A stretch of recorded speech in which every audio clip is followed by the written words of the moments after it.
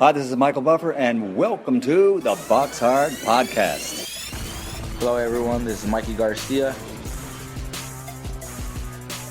Yo, it's your boy, the odd guy himself, Malik King Scott. Hi, I'm Charlie Edwards. This is Fast Eddie Chambers, and you're listening to the BoxHard Podcast with my main man, Joey Coastman. Hello everybody and welcome to episode 129 of the BoxHard Podcast. I'm your host Joey Coastman. I'm joined as always by Mr. Ayaz Sumra. Ayaz, how you doing? I'm good, Joey. Yourself? Very good, my friend, very good. Right, let's delve straight into the reviewing from last weekend.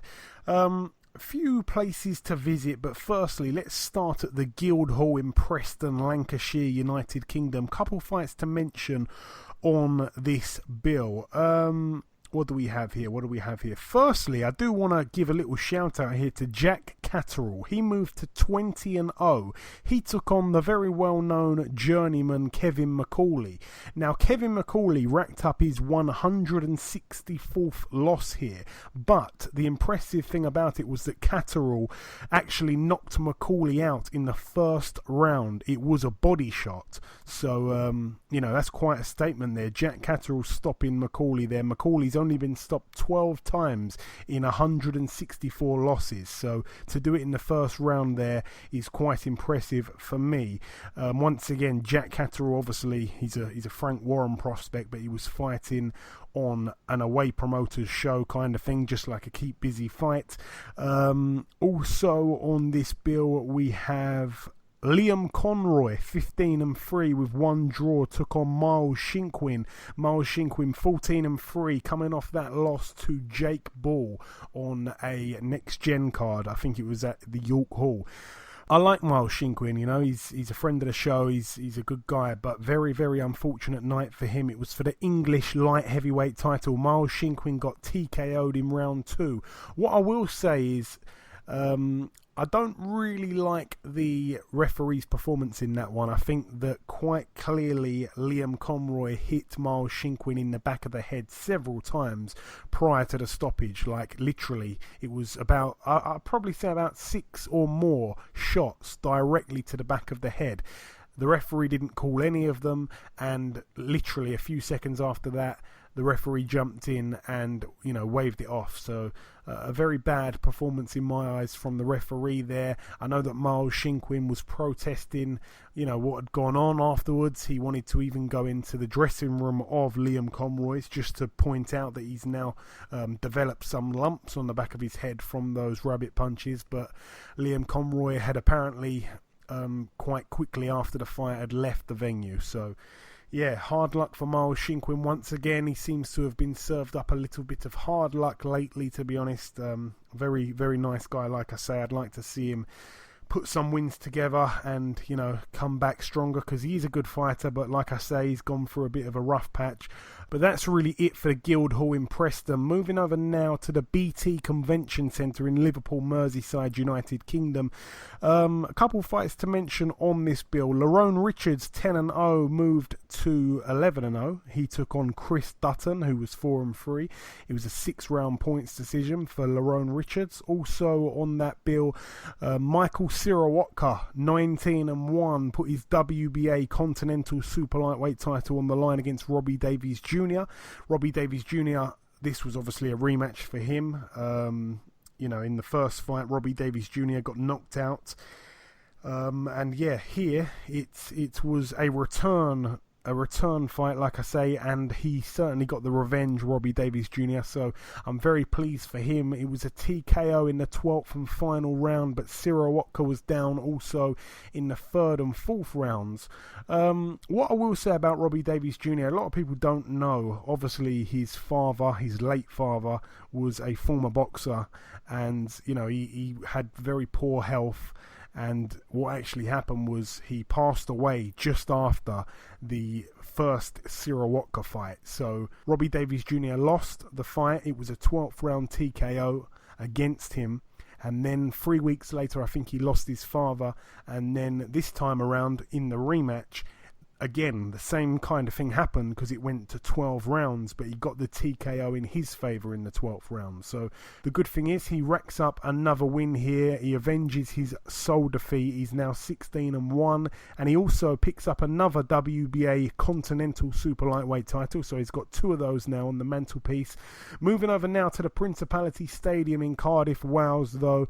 I was there in the venue for this one. Just moving up the bill, we have we're going to start here with Joshua Buatsi, 4-0. He moved to 5-0. It was a points win over 6 rounds against Bartlomiej Grafka, who was 20-28 with 3 draws. Some nice rounds banked there for Mr. Buatsi. Morgan Jones, who was actually the home fighter, I suppose, but it was kind of weird because he was like the away fighter. What I mean by that is Morgan Jones is based in Wales. He's a Welsh fighter, but he took on a guy called Mose Ulmagtagai. I think that's how it's said. And Ulmagtagai was actually coming over from New Zealand. He was heavily linked with the Duco Promotions team. And he had a record of 9-1 with 2 draws. I think he'd won a couple of titles in New Zealand in the amateurs. He won like national titles and stuff like that. Well, anyway, like I say, he took on the previously undefeated Morgan Jones. Morgan Jones was the much taller guy of the 2, and he seemed to be the much slicker boxer, the much more skillful, more rounded boxer for me. And Morgan Jones actually won every second of every round. But what the crucial point of this fight was actually the last 8 seconds of the final round. It was a 6-round contest. Now, Mose Ulmagtagai, you've got to say, he was losing every single second of every round, and in that 6th and final round, he got put down early in that round, and he got up, and I thought the referee could have perhaps stopped the fight, but no, he marched on, and in the last 8 seconds of the round, he was going to lose it on points massively. He actually scored a shock knockout. Okay, he absolutely pummeled Morgan Jones and forced a stoppage by the referee. And to do that with 8 seconds to go in a contest that he would have surely lost, the way I would have had that was 60-53, you know, because it would have been a 10-8 round, that final round there, when he got put down himself. What a comeback, unbelievable. And he actually takes the O of Morgan Jones there. So a great win for Mose Ulmagtagai. He goes back to New Zealand with double-figure wins. Joe Cordina moved to 7-0. This one was for the vacant WBA International Lightweight title. In the other corner, Hakeem Ben Ali, 19-5. Obviously, as we said, it was a late replacement for Andy Townend. It was a TKO, though, in the 3rd round for Joe Cordina, so that's quite a statement there. Like I say, not many people knew about Hakeem Ben Ali. All we did know is that he'd previously been stopped just the once previously, and it wasn't really to anybody known too well. So, yeah, Joe Cordina does well there to get a stoppage, a 3rd round stoppage, like I say. He's the new WBA International Lightweight Champion. Also on this bill, at the same weight, lightweight, Anthony Crolla, 32-6 with 3 draws, took on Edson Ramirez, 18-2 with 1 draw. I actually thought Crolla would probably get the stoppage here because this guy Ramirez, although he was Mexican, he didn't really have any names on his resume. I wasn't too sure how tough he was, but he did seem to be quite tough. But what I will say is Crolla had an awful, huge cut, and I was quite surprised that the referee didn't jump in, or the doctor jump in and stop the fight, because from what I could see, it was just out of control at times, and it was quite gross. And I still am not quite sure if it was caused by a punch or a head clash. I wasn't sure what had happened there. Obviously, being there in the venue, you don't hear commentary, and I didn't see the referee say anything, so I wasn't quite sure what happened there. Ayaz, did you manage to see the cut that Anthony Crolla developed on his face? Yeah, I saw the cut. It was quite bad, to be honest, and I'm surprised he didn't get stopped. But do you know if it was a head clash or a punch at all?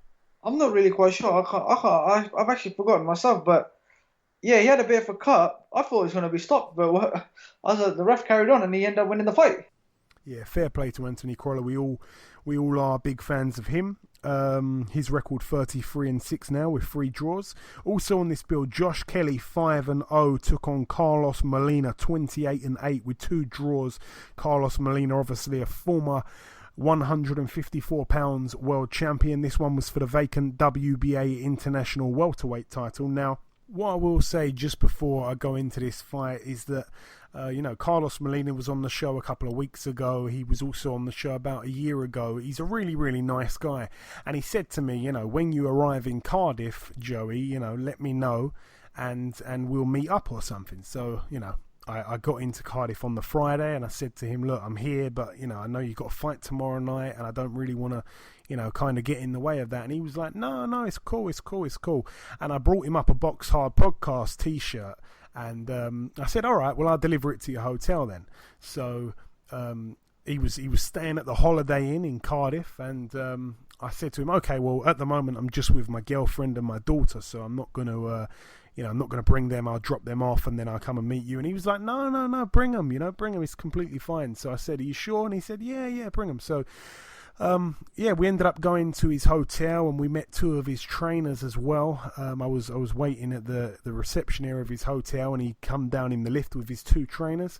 First time I've ever met him in person. Lovely, lovely guy. In his hotel, they actually had like a restaurant. So we went and sat in the restaurant and we had dinner for 2 hours. It was about 2.5 hours. So I really got to speak to him and, got to talk about certain things, kind of off the record and all that. And it was just a brilliant thing, He's obviously a former world champion and not many people can say that they've done that.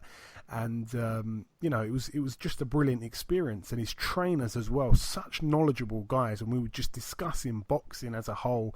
And, it was really interesting, man. But what I will say is that Carlos Molina, a night before a big fight here, and, not to knock him or anything, but he ordered a fish and chips, like a really big fish and chips, with a side of a pizza. You know what I mean? So when to be honest, his fish and chips, when the chips did come, I traded him my sweet potato fries for his chips. So that was about the only healthy thing that he did have on the plate, if you want to call that.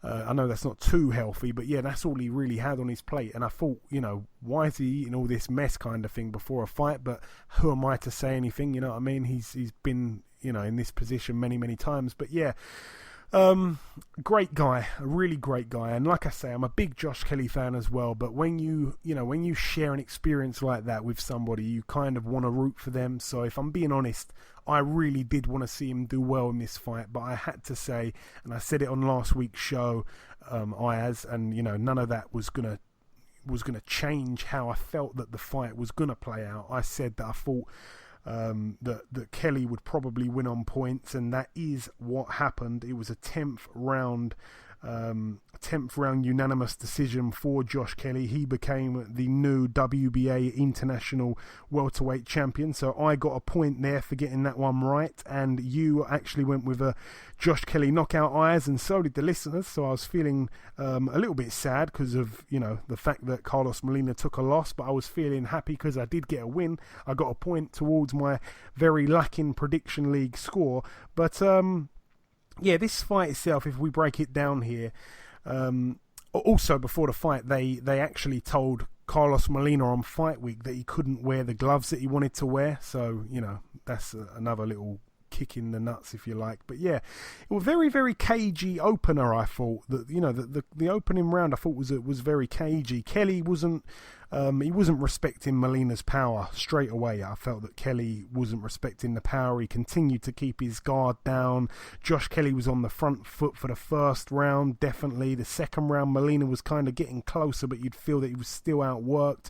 Molina was also on the front foot a lot and holding centre of the ring in the second. But the third round, again, another cagey round for me. Nothing significant landed by either guy.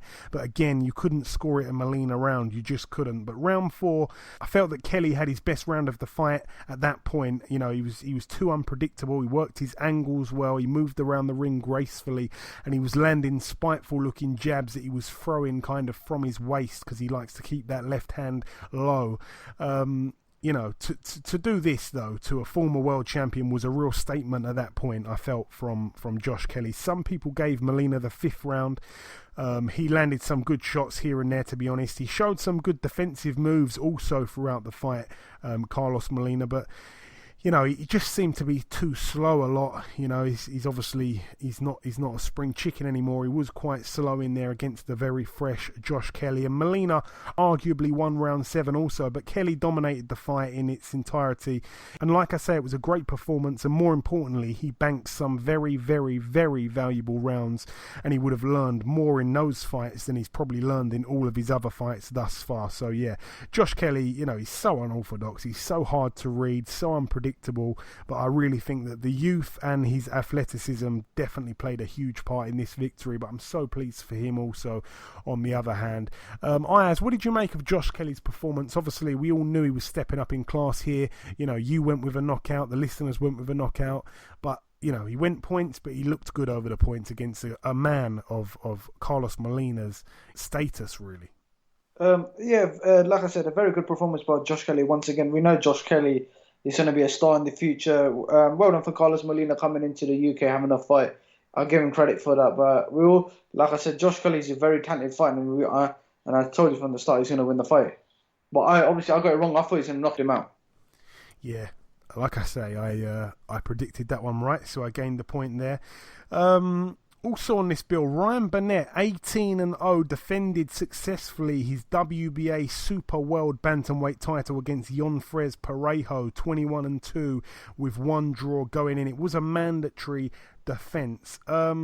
Firstly, this fight here, I wasn't that impressed with Ryan Burnett, if I'm completely honest. It seemed like the fight went on for so long as well. I wasn't quite sure what round it was in, because there was no ring card girls either, and you literally had to, you know, listen out for the MC saying, you know, seconds out, round, or whatever they say, you know, corners, 10 seconds, you know, and then they'd say round, whatever, and it just sounded like the rounds were gonna go on. You know, it sounded like the rounds had gone on for ages. I mean, I was asking some of the other people ringside, what round are we in? And they were like, do you know what, I don't know. It seems like it's gone 15 rounds, this fight. You know, most of the time I wasn't really even watching it. I've got to be honest, I was zoning out a little bit. Ayaz, I'm hoping that you paid better attention than me, to be honest, at home. What did you make of Ryan Burnett's performance? Once again, it's another Ryan Burnett performance. We all know that Ryan Burnett, he doesn't really have much knockout power. What he is, he's the type of boxer, he punches and then clinches, he hits them and then clinches, he hits them and clinches. But obviously it's a mandatory defence, and we knew Ryan Burnett was the favourite. And obviously we know what Ryan Burnett's boxing style like I said. He jabs, hits them and then clinches. Jab, hits him and clinches. Jab, hits him and clinches. And that's what Ryan Burnett does. Every fight, even when he fought Zanit Zakhianov, he was hitting him, clinching him, hitting him, clinching him. But yeah, I wonder where he goes from here, because they did say that there's a World Boxing Super Series, Super Bantamweight, and he may be entered. But a fight I want to see now is him versus Zolani Tete. Yeah, I mean, we're all calling out for that fight. Definitely, I'd definitely like to see that one. But yeah, that's all I'm going to really say on that fight there with Ryan Burnett. I mean, I'm happy that he defended his title, and obviously he remains a champion. But yeah, I was kind of zoning out in that fight there. A lot of people weren't even watching it, because there was like a media room that we had, like in this part of the stadium where all the media could kind of go there. It was like a media retreat, and they were giving out free snacks, and there was all like loads of TVs inside, and a lot of the media were just drinking coffee and not even watching it, to be honest. But yeah, a relatively easy win, it would seem. 19-0 now, Ryan Burnett. Moving up the bill once again, Alexander Povetkin, 33-1, put his WBA Intercontinental Heavyweight title on the line, and also the WBO International Heavyweight title was on the line. In the other corner, David Price, 22-4. Price was down obviously in round 3 and 5, and also Povetkin himself took a count in round 3, but ultimately the KO came in round 5, and it was a devastating KO, wasn't it, Ayaz? Boy, oh boy. Oh yes, but let me say some credit to David Price, to be honest. Massive credit. I mean, obviously David Price, we've seen him ups and downs. We've seen him like lose to drug seats, as Tony Thompson and Erkan Tepe. Now, obviously, in my opinion, if you face a drug cheat, the drug cheat beats you. Personally, I think that shouldn't be accounted. Now, with this fight, yeah, obviously we knew Povetkin was going to be a favourite going into the fight, and obviously we know David Price. Now, David Price was actually hitting him, and David Price was jabbing him, and then literally blocking everything. And then obviously in the third round, was it Povetkin dropped David Price, and then in the third round, and within that same round, David Price wobbled him. Well, obviously we knew Povetkin was going to be a favourite, and then in the fifth round, the way Povetkin just hit him with a right hand and left hook, and then just knocked him out. Oh, it was a very bad knockout. Yeah, it really was. It was up there with one of the most brutal I've seen, especially live and especially in recent times. Just to revisit the prediction league, Ayaz, you went with David Price to get knocked out in rounds 4 to 6. I couldn't believe that you got that right, because not many people thought it would go that far, but it came in round 5. And I went with rounds 1 to 3. So did the listeners. Not many people thought it would actually go to the 5th round. But this, along with your correct prediction that Burnett would win on points, I went with Burnett on points as well, so I gained a point, so did you. That levelled you up with the listeners' eyes. You were on level scores. But your correct prediction with the Povetkin knockout, and when it came against David Price, actually puts you in the lead. So you're now in the lead, and the listeners are 1 point behind you. The listeners got 0 right out of 4 predictions, which is, I think, the first time that that's ever happened. I got 2 right in the entirety, and so did you, Ayaz. But yeah, the fight itself, I mean, boy oh boy. Credit to David Price, like we said. We didn't really give him much of a chance, but the fight itself, Povetkin, I found, was going to the body a lot. Literally in the first and second rounds, he was really digging into the body, and I didn't really feel like he needed to do that, because I wasn't sure that Price was going to be able to last the distance anyway. But yeah, I think that the body shots coming in the first and second straight away, I kind of thought, why is he really going there? But then it seemed to make sense over the course of the fight. There was a good couple of shots as well landed at the end of the first round for Price. I think he landed with a little combination that, was quite eye-catching, but Povetkin was obviously busier.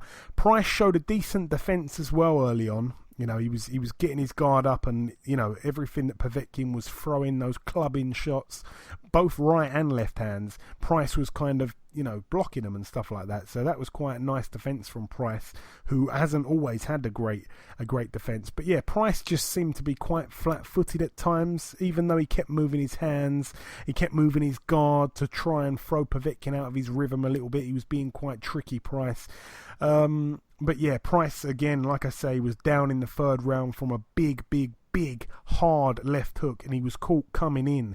And when he went down, he banged both of his gloves on the canvas like he was kind of frustrated with himself for being caught.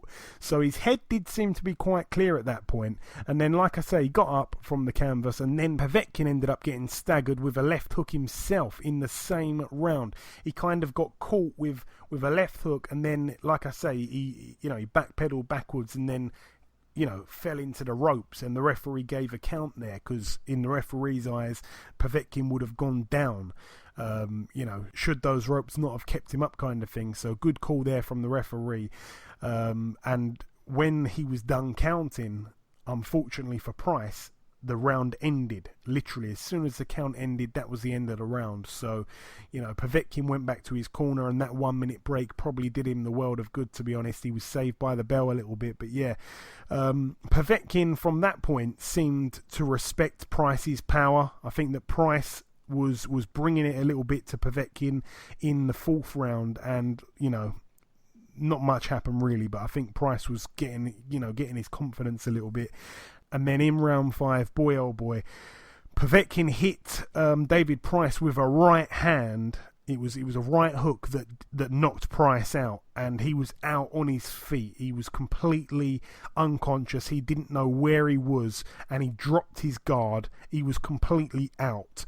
And at that point, he was completely open for a free shot, which Povetkin obliged and threw a huge brutal left hook that wasn't necessary, but it needed to be landed to put Price on the floor, because although he was completely out, he was still standing. And that left hook, as soon as it landed, not even that, a few seconds before that, I knew that the fight was over. Because when he landed that right hand and his guard completely dropped, I thought, oh my God, let's look away. And that was when he just went bang, hit him with a left hook, and that was it.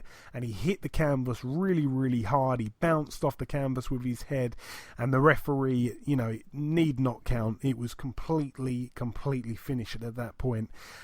Price was down for a little while as well, and he did eventually get up to his feet, but it's another brutal knockout that David Price has been on the end of.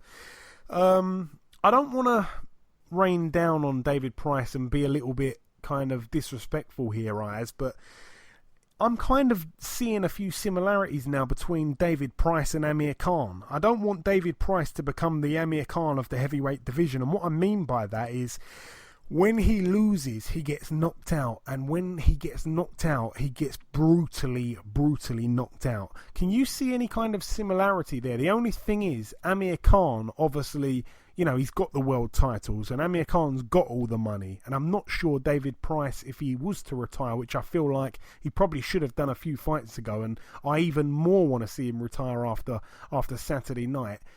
I just don't know if he's got enough money to carry on in life with just what he's earned in boxing. And I just don't want to see him carry on. He almost feels like he's becoming the Amir Khan of the heavyweight division just without the money or the titles. See, I'll disagree with you with that.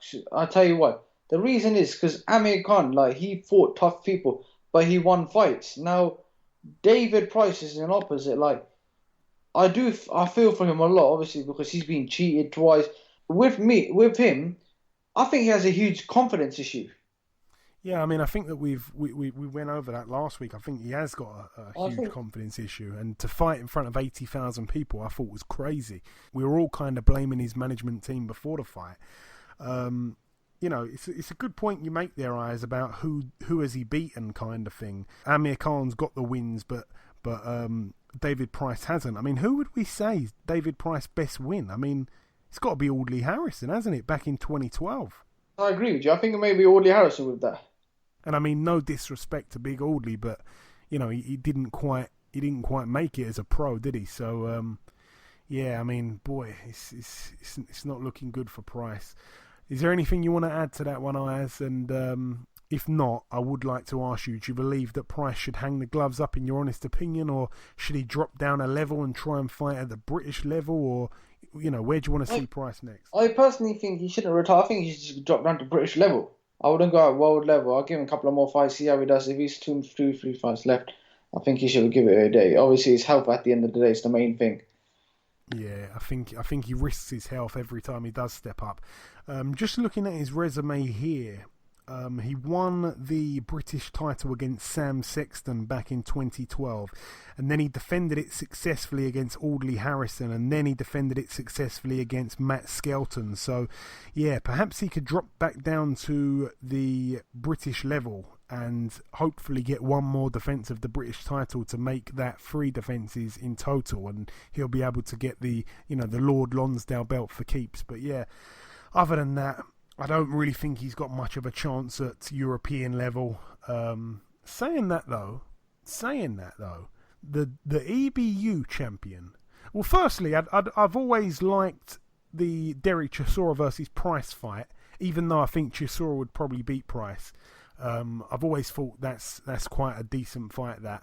But yeah, should that fight not come off, I think that Price against Ajit Kabayel, the guy that beat Derek Chisora, that could be a fight that I suppose could get made. But I just don't know how many people are, very confident with Price now or would pay to watch him fight, because I certainly wouldn't. I mean, it was a bit of a sprinkle to the card, really, just having him on purely for his name, or more so to see Povetkin, because Povetkin, obviously, he hasn't fought in the UK as a pro or anything, so to watch him was really what I was there for. I mean, not just for him, obviously, but that was the main attraction between the two guys in that particular fight.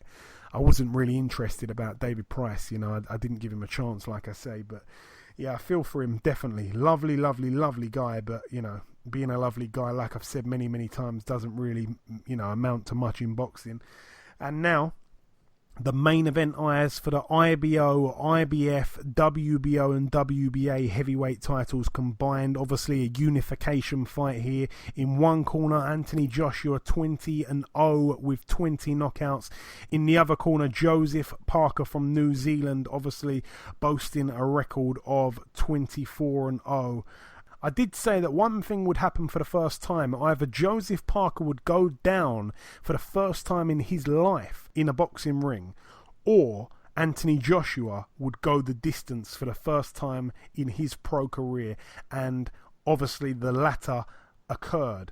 It was a unanimous decision over 12 rounds in favour of Anthony Joshua. He now holds all the belts that he previously held, along with Joseph Parker's WBO title now.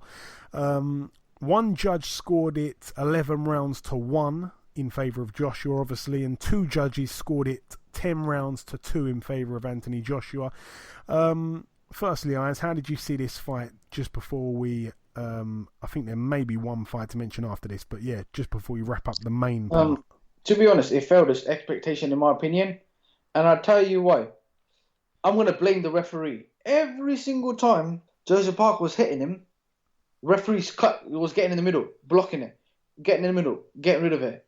And obviously, this is the first time Joshua's gone 12 rounds, which in my opinion, I think he needed some of the rounds, because obviously all he keeps doing is knocking people out. Like obviously, I know in my opinion at the moment I personally think he's the best heavyweight active fighter at the moment. But the thing that annoyed me was the referee, because the referee every single time was kept breaking it. And obviously Joseph Parker did very, very good. Obviously, he did hit Anthony Joshua with some clean punches, but obviously we knew but the thing is he couldn't win the rounds. So then again, Joshua won the fight. Yeah, I thought the first round was very, very cagey. There wasn't much landed from either guy. It was kind of like a typical first round for a fight as big as what it was. You know, a heavyweight unification between two unbeaten champions, and both guys were being very cautious. It was one of those hard rounds to score. I think that Joshua was on the front foot, but Parker was throwing more. I think it was a very cagey second round also. I think that Joshua probably won the round, but not by much. But Parker definitely wasn't afraid to throw his right hand, but he seemed to be falling short most of the time, really. Joshua would seem to be looking very relaxed in there. He was feinting a little bit and not working too much. All the movement and effort was from Parker, just moving around the ring and keeping the distance and stuff like that. Parker kept leaving his left arm down, though, and I didn't really like that. He kept having that left arm down, you know, just begging for an overhand right, to be honest. And in the fourth, Joshua was getting very, very close with that overhand right. Parker definitely scored the fifth round for me. He caught Joshua with two really good overhand rights. That was really all what had happened, though. Very lackluster fight at that point. Not enough action at all. But Parker arguably stole the sixth round too. And I don't know if many people picked up on this, but from my seat, it looked like he seemed to rock Joshua at one point in that sixth. The seventh round was very, very tight. Not much happened at all. Joshua got told off by the referee for trying to land an uppercut on the break, which was a little bit naughty. The eighth round was another close round, but Parker, I think, landed a nice left hook in that round as well. I think maybe Joshua might have landed an uppercut too. So one or two punches were really, swaying a few rounds, to be honest. The ninth round I gave to Joseph Parker, and round 10 was close. Round 11, a great combination landed by AJ, followed by a good single shot in return from Parker. But that was another close round, though. And, like I've said many, many times before, Parker, when he takes one, he fires right back every time. He's always done that throughout his career. He's not afraid to take one to land one, kind of thing. And the 12th round, I think Joshua won that round. Not by much, but just on aggression, really. I did say that something would happen. Like I say, would AJ go the distance for the first time, or would Parker end up on the deck? AJ's finally done the 12 rounds, but yeah, he seemed to not really be able to hurt Joseph Parker at all. A lot of noise made in the venue for wildly missed punches and blocked punches and stuff like that. But yeah, the fight wasn't for a fast pace though, so you'd have to say, even though AJ did the 12, it wasn't like he had to work too hard. But yeah, like I say, in the grand scheme of things, I gave Parker 3 rounds, like 3 clear rounds, and I gave Anthony Joshua about 4 clear rounds, and the rest of them were like very, very close to score. So you'd have to kind of go with Joshua to win those, I suppose. But yeah, it's a shame because the scorecards really didn't project how close the fight was, not how good the fight was, because the fight wasn't very good. And it just goes to show, Ayaz, that ironically now, Anthony Joshua holds all of the belts that Tyson Fury vacated. Isn't that bizarre? That's quite bizarre, to be honest. Yeah, the only one, of course, that he hasn't got his hands on is the WBC, which Tyson Fury never had to begin with. But yeah, literally, Tyson Fury, he won the belts and then had to vacate some and be stripped of the others, and one by one kind of thing. Joshua's gone round clearing them all up. So credit to him. In the post-fight press conference, though, there was a post-fight press conference that went on till about 2 a.m. Parker came through with his team first. It was his media man Craig and his trainer Kevin Barry, and also his promoter David Higgins. They came through and held a short press conference. Joseph Parker was very, very, very, very gracious in defeat, I have to say. His attitude was just unbelievable. He really earned some fans there, and they're already talking about him perhaps fighting in the UK again in a few months' time. I'd certainly like to see him over here. I think him versus Dillian White's a great fight, by the way. But yeah, credit to Joseph Parker, like I say, and credit to Joshua as well. He was quite funny in his post-fight press conference also. So yeah, brilliant stuff that a Brit now holds all those belts in the heavyweight division. It really means a lot, of course, to all the UK fight fans. Yeah, that's really it on that fight. Is there anything else to mention on that fight just before we move on to the final fight? That's about it. Okie dokie. And the final fight to mention just before we wrap up the reviewing, this one happened at the Marina Bay Sportsplex in Quincy, Massachusetts, USA. One fight to mention on this bill. Friend of the show, Jason Quigley, moved to 14-0. It was a TKO in round 6 of a scheduled 8-round fight against Daniel Cruz. Daniel Cruz was down twice in that 6th round where the TKO occurred. So a great win there for Jason Quigley. All the very best to him. And that's really it for the reviewing. Just before we wrap up part 1, there's one last thing to do. That, of course, is to welcome our very first guest. Ladies and gentlemen, please welcome the 2-time WBA Continental Champion, Mr. Robbie Davies Jr. Robbie, welcome to the show. Hello, you're all right. Thank you. Thank you for coming on, my friend. So, Robbie, we last spoke in June of last year. It was about a month before the first Michal Syrowatka fight, in which you lost, obviously, for the first time in your pro career. It was a TKO in the 12th and final round. Just briefly, could you just talk us through that fight for those that may not have seen it? Yeah, in the first time round, obviously, I didn't want to make a big thing about it, but I wasn't at my best going into the fight, but I thought I could still drag myself through it. And then, obviously, with 90 seconds to go, he hit me with a thunder of a left hook that could have knocked the nose out right on my chin, and forced a stoppage because when I stood up my corner through the towel, and because no one knows you better than your corner, and they knew I win in any fit state to continue. But when I went away from the fight, obviously we knew I had an illness in the build up to the fight which messed me weight up, and I was fighting with weight and things like that, and then my dad taken into hospital a couple of days before and then died a couple of days after. Obviously that was mentally in the back of my mind and played a big part. Obviously when my dad is such a big part of my boxing career, and he's been there every single fight, amateur, professional, and then all of a sudden he's not there. But since then, everything that I took from that fight was more a lesson than a loss. I've built on it. I've worked on things. I've trained harder than I ever trained before.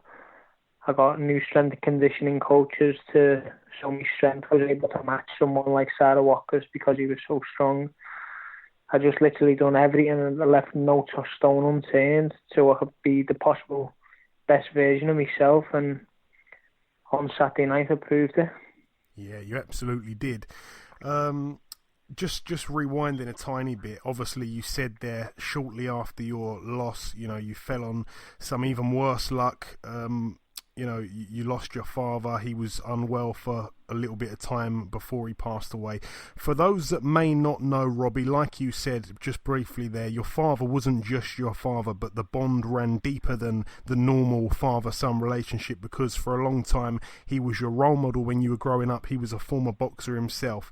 Obviously there's no good time for a death to occur, but just tell us, how difficult was that at that point? It couldn't have really come at a worse time, obviously, just a few days after you'd lost.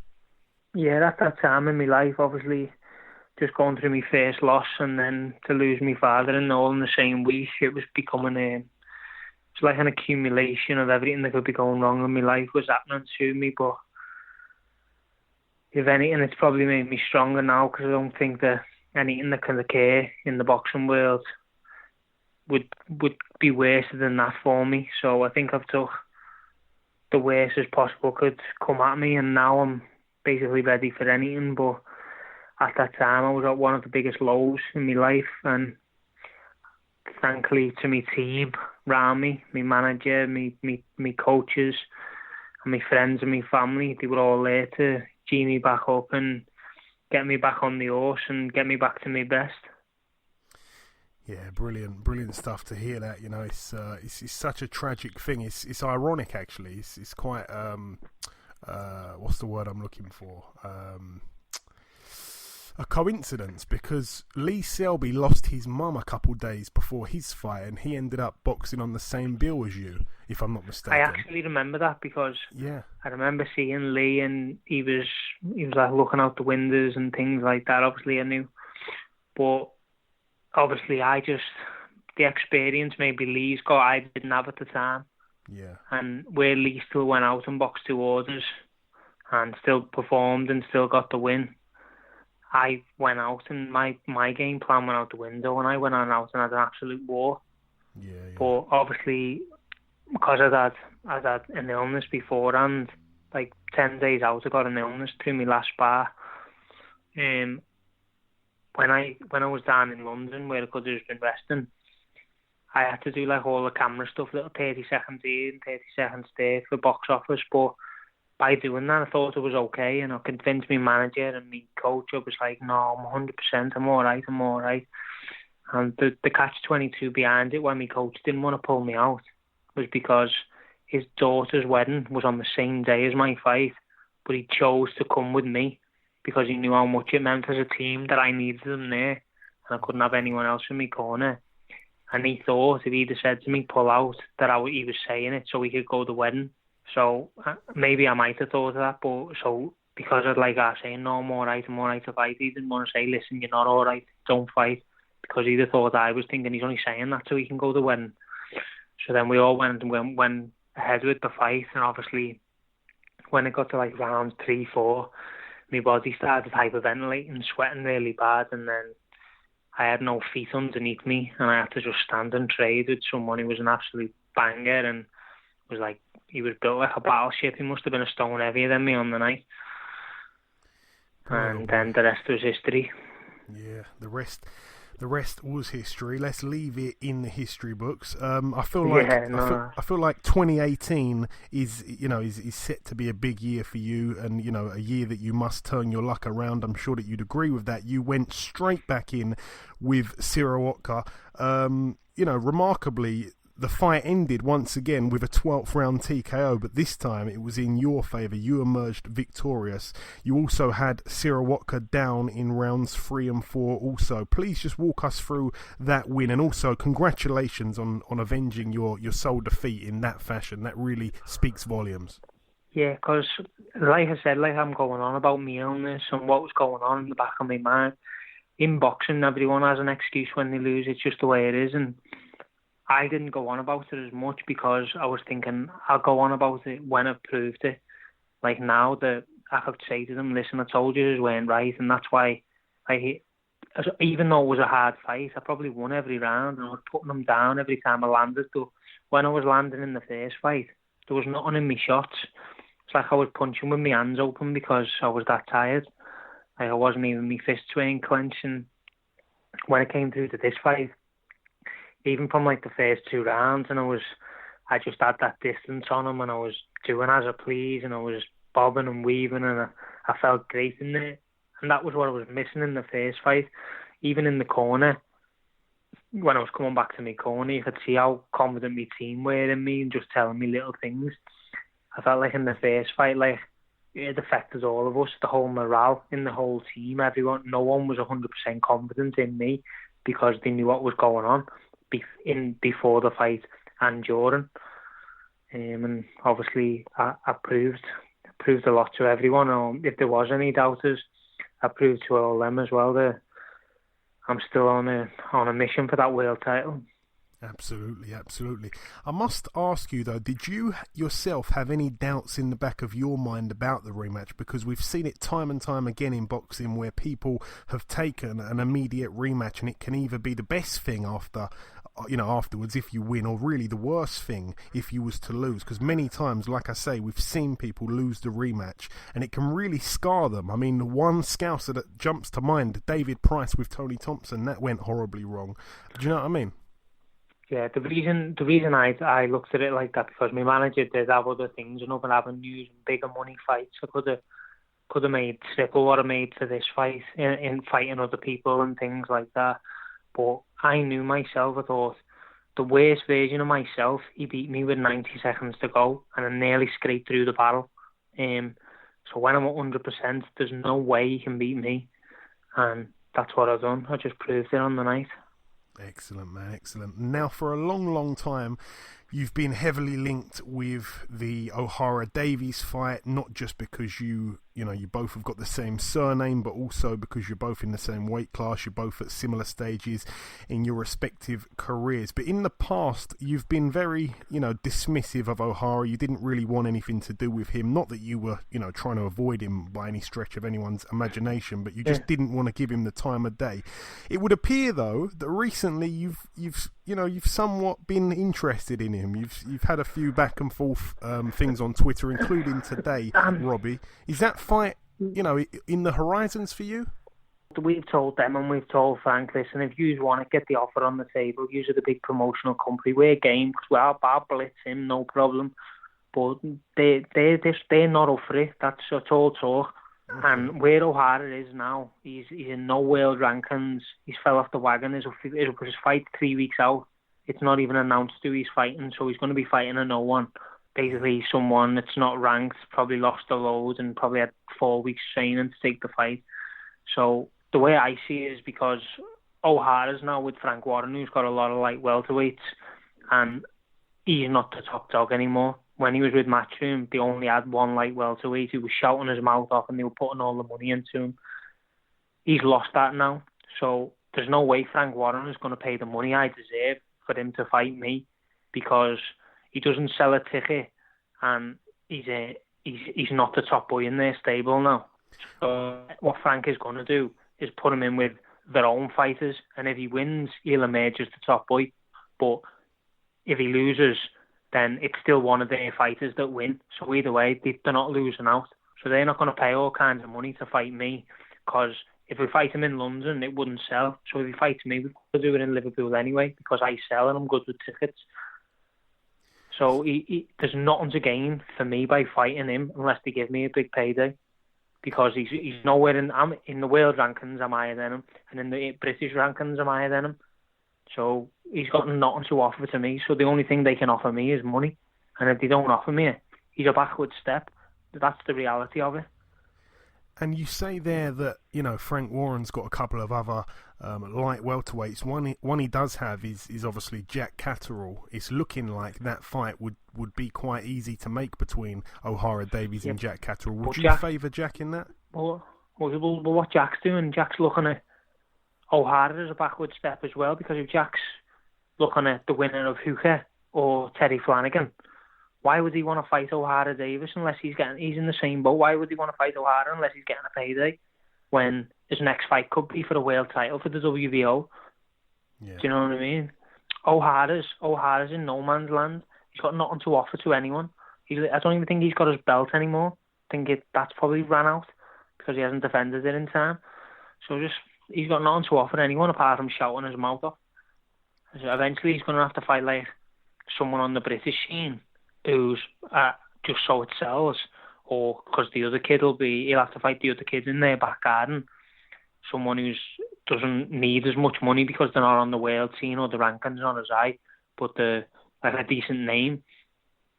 And Ohara will feel like he's taking a backward step and he'll probably complain and things like that, but he's got no other options. He thinks he's this superstar, but he's not. He's got nothing to offer to any of the top boys. Fair enough. Robbie, when are you next out? Do you have any idea yet? I know it's only a couple of days after your fight, but yeah. No, literally, like, we wait for no one. I'm looking to be out June, July, no problem. I'm going to have a couple of weeks off, probably take the rest of April off. I'm not even messing up. I've trained 2-3 times since the fight. I don't work me, I'm lucky, so if I'm not in the gym, I've got nothing else to do. So all I'm going to do is just stick to my physios and keep a bit of cardio going. And then by the end of the month, I'll be back in the gym probably full time. So waiting for the date. Excellent. Now, the guy that you just defeated, Syrowatka, I believe he was ranked 7th with the WBA. Now that you've beaten him, you've took your title back, you'll be taking his ranking, I'd imagine. And obviously the 140 division right now, the doors were wide open for quite a while after Crawford vacated all the belts. The WBA champion is Kirill Relik. Have you seen much of him? If so, what are your thoughts on him? Yeah, I've seen a lot of Kirill Relik. I'll beat him every day of the week. Twice on Sundays. There's just these this conditioning's terrible. He'll come out, he'll throw the sink at you for the first few rounds, and then he'll die out. And it's not like he has any other game plan. He does it every single fight. And he'll come out for the first 3-4 rounds, try and put it on you. His record suggests he's an absolute banger, but when you look at who he stopped, they were all kids that had like won 10, lost 10, been knocked out 8 times. Once he got up to that even that intermediate level, where he was fighting for belts and that, he wasn't stopping anyone then. And then when he got up to world level, he hasn't even made anyone flinch at the world level. Once he lost to Burns, then he lost, who else did he lose to? He lost to Bartholomew in the first one, and then he's beat him in the second one, and all he done in the second one was just completely outwork him. Me personally, I just think Bartholomew went old overnight. He just didn't have the engine he had in the first fight. He just started throwing shots and he was slapping, and I think if I got to fight with Kirill Relik, I'd beat him, possibly stop him. So Kirill Relik avenged his defeat. You avenged your defeat. Talking of avenging defeats, in 2 days' time, our countryman James DeGale fights in America against Caleb Truax in an attempt to win back his IBF super middleweight world title that he lost to Truax in December. Do you reckon he can do that one, Robbie? I think it really depends if you saw the first fight. Well, I did see the first fight, and it looked like Truax was really on him for that one, but when you hear like that he had injuries and things like that, and he was only coming back from them too soon, and you probably think, did he take his foot off the gas a little bit, because he was, at the time, he was probably the most well-known super middleweight on the planet, like as if he was the best. Like he was probably looking at whoever wins the Super Series is probably going to fight James DeGale because he was the biggest name. I think he possibly took his foot off the gas, come back from an injury too early. I think this time round, like even when I follow him on social media, I've seen how much he's been training. I know he's only letting you see what he wants you to see, but I really feel like he's been on it for this one, and I think he's just going to do a number on Truax like what he should have done in the first one. We certainly hope so. And just before I let you go, Robbie, anything that you want to say at all to our listeners, any thank yous that you want to give out to your team, take it away, anything you like. No, just like, well, everyone knows how thankful I am for my team. If you've seen it after the fight, the emotion that ran between us was unbelievable. When we were holding each other, I had tears in my eyes, the thought of everything we've been through together. And then basically the fans are what's making me. I'm where I've never had a promotional back on me at all, ever. So if it wasn't for the fans and word of mouth, I wouldn't even be known. So I've got to thank them for that, because without them, I'd be nowhere. And I'm just doing my thing. I'll keep going, and hopefully by the end of the year, I'll be knocking on the door for big titles. Fingers crossed. Big shout out also, as always, to Neil Marsh. All right, listen, Robbie, it's always a pleasure, my friend. You know that. I'm sure that 2018 will be a great year for you. Keep your head held high, my friend. Congrats once again on your win, and we'll catch up sometime afterwards. Thanks, Joey. Appreciate it. Thanks for having me on. Okay, now it's time for part 2 on this week's show. This part, of course, is the news part. Ayaz, bring us the latest news in the boxing world, please. The big news has come out is that the Gennady Golovkin versus Canelo Alvarez fight will not happen as Canelo has pulled out the fight. Yeah, obviously we know that Canelo's found 1 or 2 drug tests. I think it's actually 2 now.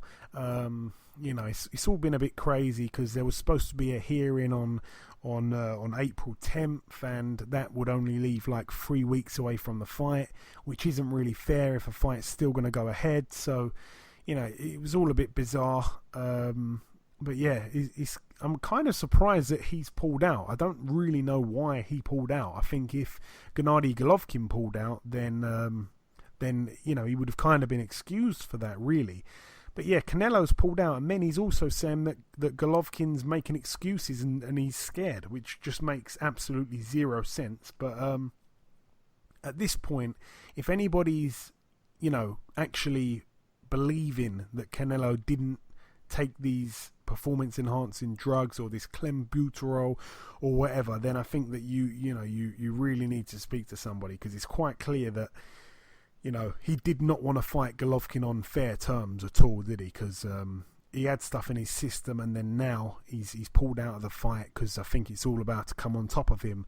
But unfortunately, the fight, would have been a great fight, and we've now lost that fight. So it's quite sad for boxing fans, really. But like I say, he's found a drug test, and that's the end of that. He shouldn't even be fighting, let alone, in a fight of that magnitude. He shouldn't be fighting all together, to be honest. But Golovkin's promoter Tom Loeffler has said that don't cancel your flights or your hotels or anything, because no matter what, Gennady Golovkin will still be fighting on May 5th. So there's been talks of perhaps Spike O'Sullivan jumping in there.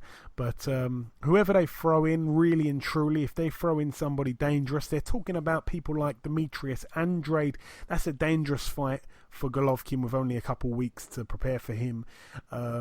Daniel Jacobs, he's obviously got a fight scheduled for the week before on one of Eddie Hearn's shows in America. That's obviously not going to get cancelled. There's a few guys. Can you think of anyone else? I know they're trying to talk about a few other guys. Billy Joe Saunders as well. He's currently injured, but he's got a fight coming up in June.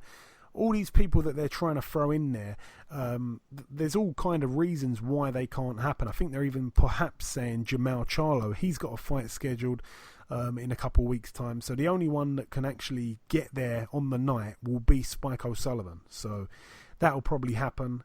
I'm going to try and reach out to Spike. If that does happen, we'll definitely have to get him on the show. But yeah, he's very brave, Spike, because he signed some kind of contract to fight in September against Canelo, and that was whether or not Canelo won or lost the fight against Golovkin. So yeah, that was a big fight, and it looks like that's now not going to go ahead if Spike takes on Golovkin on May 5th. So I'm not quite sure. Maybe he's contractually stuck in a deal with Canelo. He may have to fight Canelo in September regardless, so I'm not quite sure. But the only man that it seems is the fitting candidate, if he's not stuck in a contract, is Spike O'Sullivan. So I think that I'll be pleased for Spike, but I think that you definitely have to favour Golovkin. Nicola Adams will fight on the undercard of Josh Warrington versus Lee Selby. Yeah, rightly so. The golden girl, the double golden girl from Leeds. I thought she'd be on this undercard, 100%, and it's it's brilliant that it's been confirmed. I'm a big fan of hers, so I'm looking forward to her getting out again. Even though she's only had a handful of fights, I do want to see her step it up, just like the likes of Katie Taylor has done, and and the rest of them. So I really like watching her fight, and I'm looking forward to this one. Manny Pacquiao will fight Lucas Matisse for the WBA welterweight title on July the 14th. Yeah, that fight is set to happen in Malaysia. Obviously, Lucas Matisse won the title last time out.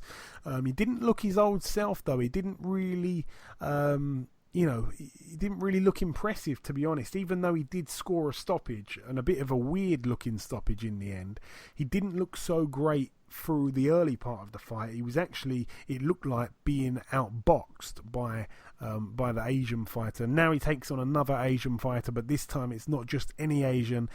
It is Manny Pacquiao, but Manny Pacquiao himself, there's question marks of what he's got left. But yeah, it's a great fight. It really is. But it's quite a dangerous fight for both men. So yeah, I'm very, very much looking forward to that one. And hopefully it's a great fight. I really like both guys. And finally, the IBF have mandated a fight between Dillian Whyte versus Kubrat Pulev for the IBF mandatory position. Yeah, very, very good fight, this one. I'd actually have to favour Kubrat Pulev in that one. Not that you can compare, opponents and stuff like that and compare wins, because obviously the oldest saying in boxing is that styles make fights. But Kubrat Pulev's win over Derek Chisora was a much, much, much, much, much more dominant win than Dillian Whyte's win over Chisora. So if that's anything to go on, then you'd have to favour Kubrat Pulev. But just the fact that Pulev's got the amateur pedigree, just the fact that Pulev has got a brilliant jab, I would certainly favour him big against Dillian Whyte. But I'm really interested in that fight. And, throw Povetkin in that mix as well if he's clean. Throw Parker in there. I'd like that. A little miniature Super 4 out of those guys there. The guys that, even though they're not short guys, they're tall guys compared to most of us, but this is actually kind of like the small end in terms of height in the heavyweight division. Obviously, Povetkin's not a tall guy. Joseph Parker, I think he's billed as 6'4". He, crazy enough, is not considered to be a tall guy like your Deontay Wilders or your Anthony Joshuas. And like I say, throw in Dillian Whyte and throw in Kubrat Pulev. I'd love to see a little 4-way tournament there. But yeah, brilliant fight. Hopefully it happens. And I truly believe Dillian Whyte will fight anybody. So yeah, I think it probably will happen. But yeah, the risk has to certainly match the reward. Dillian Whyte's got quite a lot going for him at the moment, so I'm sure he'll choose the right pathway to a world title. He's obviously got the higher ranking with the WBC as well. So yeah, maybe the fight won't happen, but yeah, it'll be a good fight if it does come off. And like I say, I think he'd fight anybody anyway. So credit to Dillian Whyte. Yes, that's it for the news. Okie dokie, Ayaz, thank you for that. Moving over now to the preview part of the show. We're going to start at the Thistle Hotel in Heathrow, London, United Kingdom. One fight to mention over here. Another prospect under the Frank Warren banner gets out here. His name is Hamza Shiraz. He makes his third professional outing. He's in a 4-rounder against an opponent that is yet to be announced. Moving over now to the Belasco Theatre in Los Angeles, California, USA. One fight to mention on this bill. A friend of the show and a prospect, undefeated prospect, Hector Tanahara. He goes into this fight with a record of 12-0. He's in an 8-rounder against Hector Suarez. So the battle of the Hectors. Hector Suarez has a record of 12-5 with 1 draw. All the very best to Hector Tanahara. Moving over now to Australia. 1 or 2 fights to mention on this bill also. Tim Tszyu gets out on this bill. His record 7-0. Yes, he is the son of Costa Tszyu. He takes on Ruben Webster, who's undefeated, 8-0. That's a 6-rounder there. Very nice fight. Also on this bill, Damian Hooper, 13-1, puts his WBO International Light Heavyweight title on the line against Reynold Quinlan. We all know him very well. His record 12-2, so he's now moved up to light heavyweight after losing to the middleweight, naturally middleweight anyway, Chris Eubank Jr. And the main event over here, Dennis Hogan, 26-1 with 1 draw, puts his WBO Intercontinental Super Welterweight title and his WBO Oriental Super Welterweight title on the line against our very own Jimmy Kilrain Kelly, 23-1. All the very best to Jimmy Kelly. The only loss on his resume came to Liam Smith, so no shame there. That one obviously over in Queensland, Australia at the Convention and Exhibition Centre in Brisbane. Moving over now to France. Unbelievably, we were talking about it a few weeks ago. Tony Yoka failed a drugs test. I even think they were going to ban him for a year or two. Well, no, it seems like that's not happening. He's actually fighting, and this is seriously wrong. I can't believe he's being allowed near a ring. His record 3-0. He's in a 10-rounder against a guy called Cyril Leonet, who is 13-9 with 3 draws. Unbelievable. It's going to be happening on France Canal Plus Sport.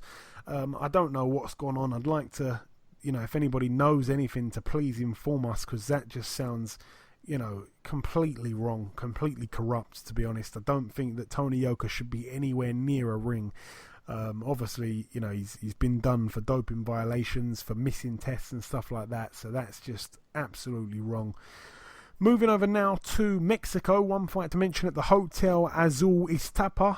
Former world champion Johnny Gonzalez, 65-10 in his 76th professional fight against a guy called Marlon Cabrera, whose record is 24-1. This one's for the WBC Latino Super Featherweight title. All the very best to both men there. Moving over now to the Echo Hotel Convention Centre in Lagos, Nigeria.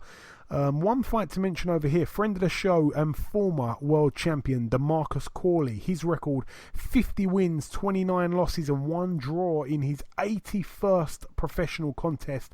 He's in a 12-rounder against an opponent yet to be announced. And moving over now to the final bill to mention, this one has also been picked up by Box Nation, but if you're in the States, then it's going to be on Showtime. A great card, this one, by the way. Starting with Sergio Mora, the Latin Snake, 28-5 with 2 draws, former world champion. He takes on Alfredo Angulo, 24-6. That's an 8-rounder there. Also on this bill, Julian Williams, 24-1 with 1 draw.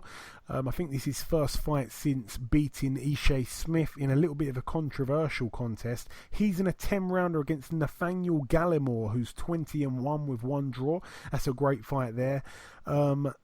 Caleb Truax, 29-3 with 2 draws, puts his IBF World Super Middleweight title on the line against James DeGale. This is, of course, the rematch. The first fight happened on December 9th in London, and the second fight set to happen here this Saturday in Las Vegas. James DeGale, 23-2 with 1 draw, looking to avenge that defeat to Caleb Truax.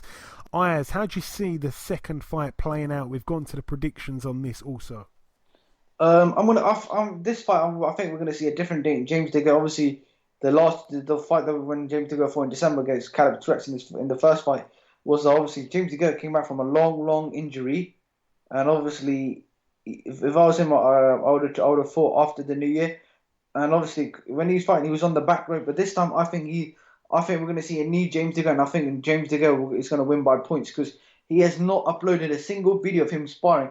And I think there's a new James DeGale coming. I think he's going to win by points. Well, James DeGale being a Brit, I certainly hope so. But also Caleb Truax, I've become a really big fan of. He's been on the show twice since beating James DeGale. And, we don't really speak to people twice after a fight. When I say that, I mean, usually we speak to somebody once in between fights, not twice. And I think he's probably the only person that we've done that with. So he's a nice guy, Caleb Truax. You've gone with DeGale on points, so have the listeners. Do you know what? This is a fight where I can actually see all 4 outcomes possibly happening. I can't rule out anything. I think if Caleb Truax turns up and does the same kind of things that he did in the first fight, and he kind of makes it a bit of a war, and a war where James DeGale's coming second best in, I can see James DeGale's corner throwing the towel in, and he will retire after the fight, which he's pretty much said. He even said it to me, if he loses to Caleb Truax, he's got to knock it on the head. Those were his words in an interview that we did a few weeks ago. One thing he also said, James DeGale, was that I think he was supposed to wait 12 months after having the operation that he had on his arm before returning to a ring, something like that. And he came back after not many months, and then he blamed that a little bit for why he couldn't throw the punches properly and stuff like that. And then This second fight round is only 10 months after the operation. So to fight twice when he's been told to have 12 months to fully recover, that seems a little bit crazy. But the first fight went absolutely wrong. The second fight, like I say, Caleb Truax won on points the first time, so you certainly can't rule him out of winning on points the second time. James DeGale, again, I can see him when he's on his best form. I can see him turning up and, completely schooling Truax on points and winning on points. Or I can see DeGale turning up a much hungrier, much more focused and, this time completely not overlooking Truax. I can imagine that version of DeGale turning up and possibly looking to make a statement and perhaps even stopping Truax. So I can really see all four outcomes as real big possibilities. But, do you know what? Just to play it safe. You know what? In my heart of hearts, I think Truax is going to win the fight. But because I'm not quite sure if it's going to be by knockout or points, I don't want to, be too risky here and be too... I really care about the prediction league, so I'm going to play it safe, and I'm just going to back with DeGale to win on points, which is what you've said and the listeners' eyes. So I'm just going to play it safe. But I actually think that Truax is going to probably win, but I find it too hard to pick a method, so I'm just going to stick with what you've both gone with there, yourself and the listeners, just so that no matter what, I can't lose a point on this one. And the main event here, Erislandy Lara 25-2 with 2 draws, puts his WBA Super Welterweight title on the line. And in the other corner, Jarrett Hurd 21-0, he puts his IBF World Super Welterweight title on the line, and also the IBO World Super Welterweight titles on the line as well. I'm not quite sure which boxer holds that. I don't think it's vacant, but anyway, 3 belts up for grabs here. 2 are considered as proper world titles. Jarrett Hurd really impressed me last time out against Austin Trout, and he can really punch as well. Erislandy Lara, though, he's the longest reigning champion out of all the champions at super welterweight.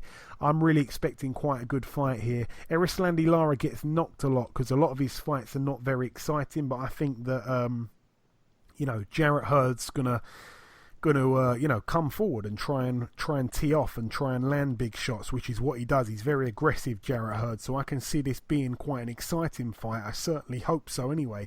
And like I say, the James DeGale and Truax fight, I'm hoping, it can't be more one-sided. I don't think it can't be more one-sided than the first fight, so hopefully that's going to be quite a good fight there. So hopefully it's going to be a great night of boxing on Saturday night.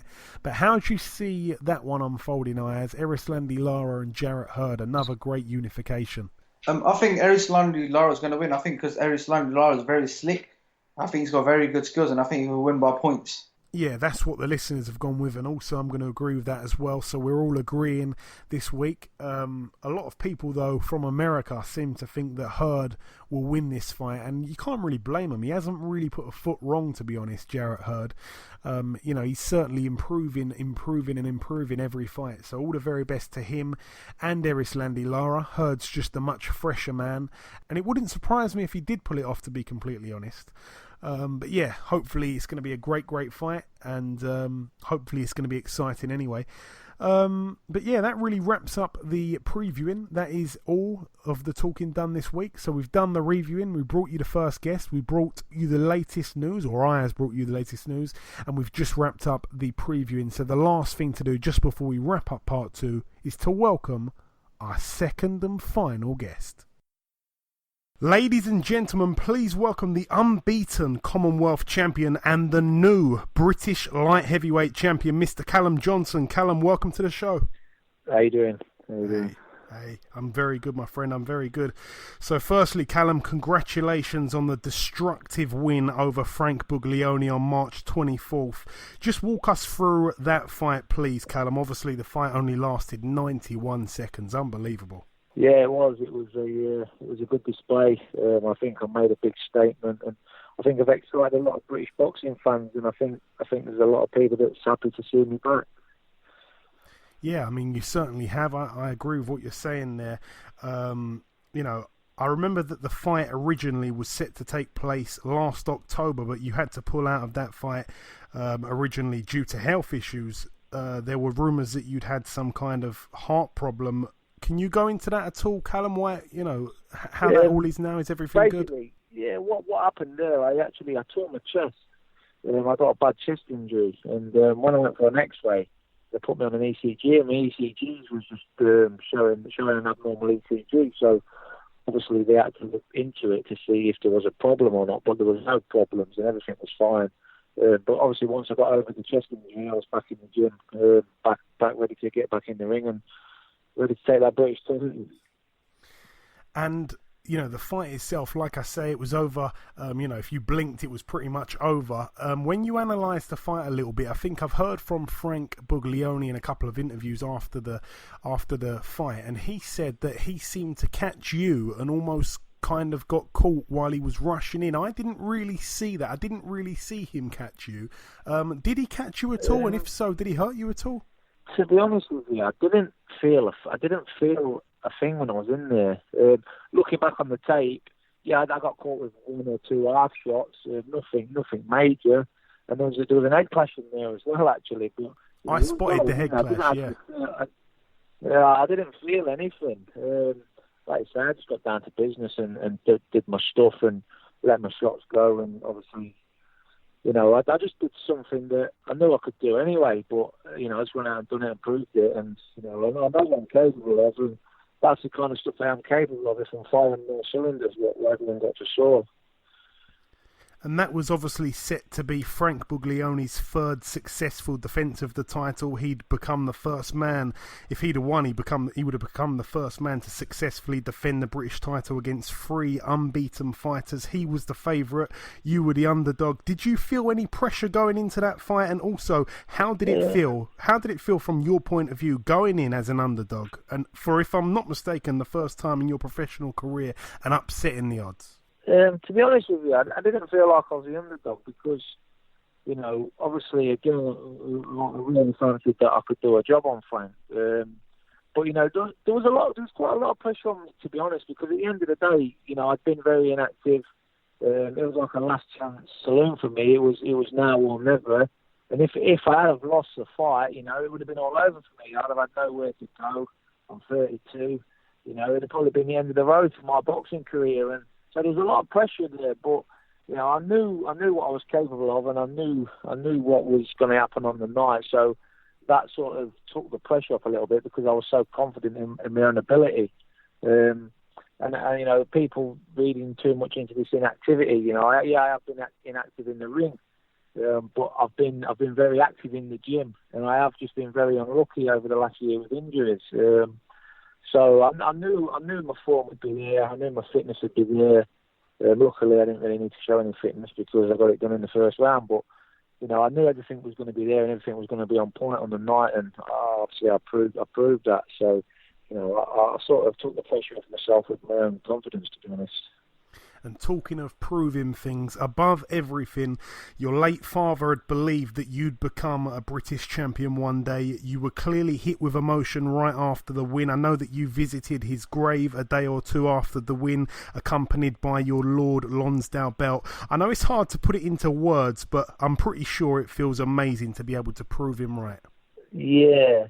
It's brilliant. My dad's always told me from being a young kid, I was going to do great things in a boxing ring. And then when you're a young kid, you probably don't really listen too much. I won't say I don't believe it, but you don't really think too much about it. But, everything my dad ever told me I was going to do, I've gone and done it. But, it's took a lot of pressure off me, this has, because when the day I buried my dad, I promised him, I told him when I was burying him, I promised him I was going to go and win them belts for him.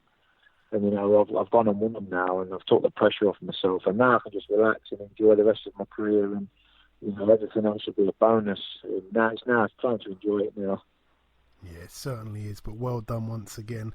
Now, going into this fight, I think I interviewed Frank, before the first scheduled fight in October, sometime before that. And I was analysing your professional resume, and obviously you were 16-0 going into the fight. 12 of your opponents, though, had losing records. So, people can read into that what they will. But one opponent that I must say, the Commonwealth title fight against Wilberforce Shihepo, the job you did on him was pretty special. I mean, you was able to stop him when the likes of Arthur Abraham had quite a close fight with him, and also Shihepo once upon a time took Isaac Chilemba's O. So for me, that was quite a special win on your resume going into the fight. But one fight that Frank Buglioni had been heavily linked with was the Anthony Yarde fight. You've come along and ripped up those plans now. Do you have any desire yourself to fight Anthony Yarde, or is it the Frank Buglioni? Is the Frank Buglioni rematch looking most likely, or do you not really know at the moment? To be honest, I don't really know what's going to be next. I'm open for anything. I've got no particular person I want to fight or don't want to fight, unless, like I say, I'd love to fight for the European title. I don't know who the champion is, but I'd love to fight for the European title to add that to my collection. I think the rematch is way off with Frank, because I don't think the fight really warrants a rematch. It wasn't close, it wasn't controversial. At the end of the day, it was just a one-round demolition. So does it really warrant a rematch? I don't think so. I feel like I've got bigger fish to fry now than Frank, and that's not disrespecting Frank. But I want to look forward now. I want to try and move up the world rankings and like I say, look at the European level. I don't want to look back anymore. And I'm not young. I'm not young either. I'm 32, and it's not like I've got time on my side. I need to move on and try and get some big fights. Yeah, as you say that you're 32 years of age, you've been a pro now, just coming up in a couple of months, it'll be 7.5 years.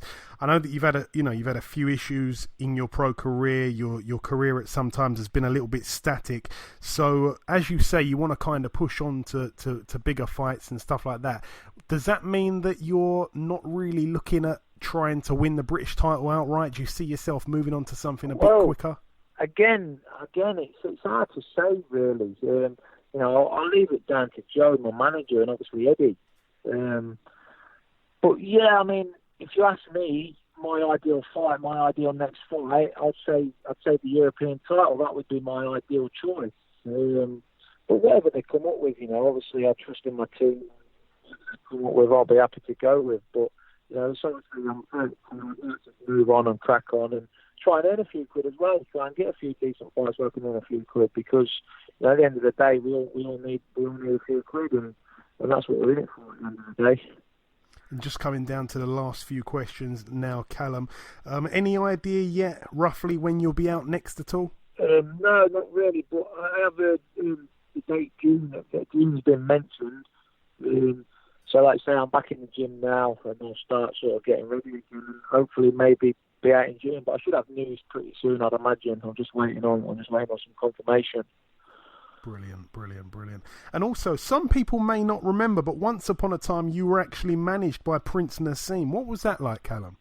Yeah, it's mad, really. It was good. It was, obviously I watched Naz as a kid growing up, young teenager, and Naz was like my hero. Everybody wanted to be like Naz, didn't they? And, to me, Naz was just like an honour and a pleasure and pretty surreal. But for him to actually be my manager and working alongside him and, going around his house and hanging out with him, as friends, it was pretty crazy, really. But you say obviously it didn't work out for various different reasons. Not really any reason of mine or Naz's himself. It wasn't really our fault, to be honest. But that's boxing, that's where things go sometimes. But so he did message me after the fight and wish me well, and wish me well done, and wish me all the best. So excellent. And finally, the last two questions I think I've got for you here. What was your reaction to Anthony Joshua's win on the weekend? I'm sure you watched the fight. A lot of people being quite critical. Yeah, people will, because he's knocked everybody out, and everybody's expecting that knockout. And sometimes people expect too much. At the end of the day, he was in there with a good fighter. Joseph Parker, proved he was good. He was better than I thought he was. And I say sometimes I think people just expect a little bit too much. And Anthony Joshua, what he's done is unbelievable. He's a star of boxing, not just British boxing. And, he didn't really put a foot wrong, to be fair, did he? He did what he had to do, and he got the win, and that's the main thing at the end of the day. and a rematch coming up this Saturday in the weight class just below you. James DeGale tries to challenge once again for his IBF world title, the one he lost last time out against Caleb Truax. Any opinion on that one at all? I see James winning the fight. I never actually watched the first fight, if I'm honest with you, but you know, it was obviously very surprising when he lost, and I don't know if he underestimated him or the ring rust actually got him, the time out of the ring sort of got to him, but I see James winning the fight on points. I just think, obviously, James is a very, very skillful fighter, and I sometimes think, you know, sometimes we don't see the best of him, but I think if we see the best of him, I think he'll win his belt back. Yeah, we certainly hope so. And just before I let you go, Callum, anything that you want to say at all to our listeners, or perhaps you want to give a thank you to, you know, your sponsors or anything, just anything you want to say, anything you want to get off your chest, take it away. Just thanks to everybody that supported me, all the well wishes on Twitter. Obviously, my social media has gone crazy since Saturday, so I've had a lot of nice messages from a lot of different people. So thanks everyone for all the nice messages, and obviously a massive thanks to Joe Gallagher, my trainer and manager, for sticking by me and getting me this opportunity and believing in me through all the ups and downs. And it was nice to be able to pay him back with that British belt. And you know, as you saw on the night, we were both very, very happy about it. So that big thanks to him and all my team as well. Everybody that's helped me, to be honest, on the journey. Thanks to them all. Excellent. Well said, well said. For anybody that isn't already following Callum Johnson on Twitter, you can find him on there at Callum1. Right, listen, Callum, thank you for your time. Once again, congratulations on your brilliant win, and we'll catch up again soon, I'm sure. Nice one. Thank you very much. Okay, and this wraps up episode 129 of the BoxHard Podcast. I've been your host, Joey Coastman. Ayaz Sumra has been Ayaz Sumra. A big thank you to our two guests on this week's show, the British and Commonwealth light heavyweight champion, Mr. Callum Johnson, and the two-time WBA Continental champion, Mr. Robbie Davies Jr. Unintentionally, both of those fighters have had to dig deep psychologically outside of the ring in order to perform with recent knockout wins inside of the ring. Both men are certainly a credit to the sport of boxing.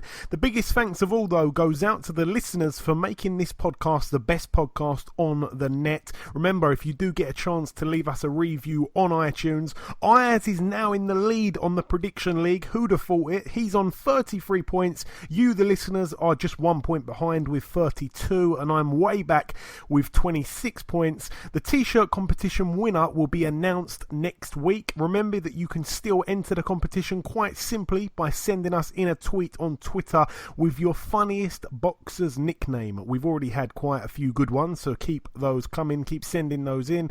Thank you for listening, people. Enjoy your weekends, and we'll see you next week.